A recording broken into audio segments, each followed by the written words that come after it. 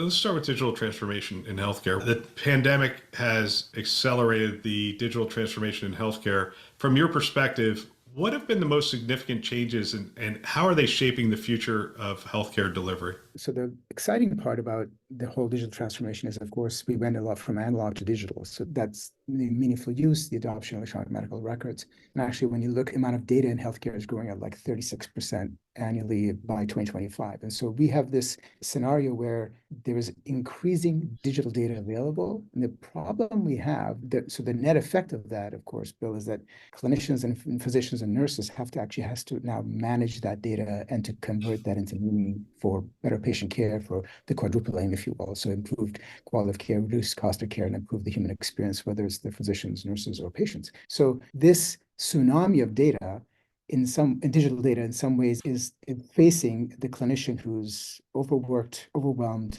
facing burnout. We have all kinds of pressures, and they have now more data to process. So where we find ourselves in digital transformation is the pace of innovation to create digital data has outpaced of innovation to derive meaning from that digital data. We are in a situation where we have a wealth of data and a poverty of insights. The wealth of data, we're swimming in data without insights. Do you think that's part of what has led to physician burnout in the United States? Certainly contributed to it. I'll give you my personal real life example. When I was a radiologist and I would look at a CT of the brain, it was about 24, 25 images.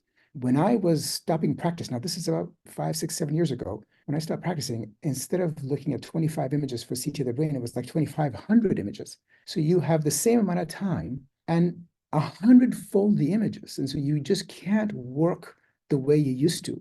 And of course, that explosion and tsunami of data results in cognitive burden.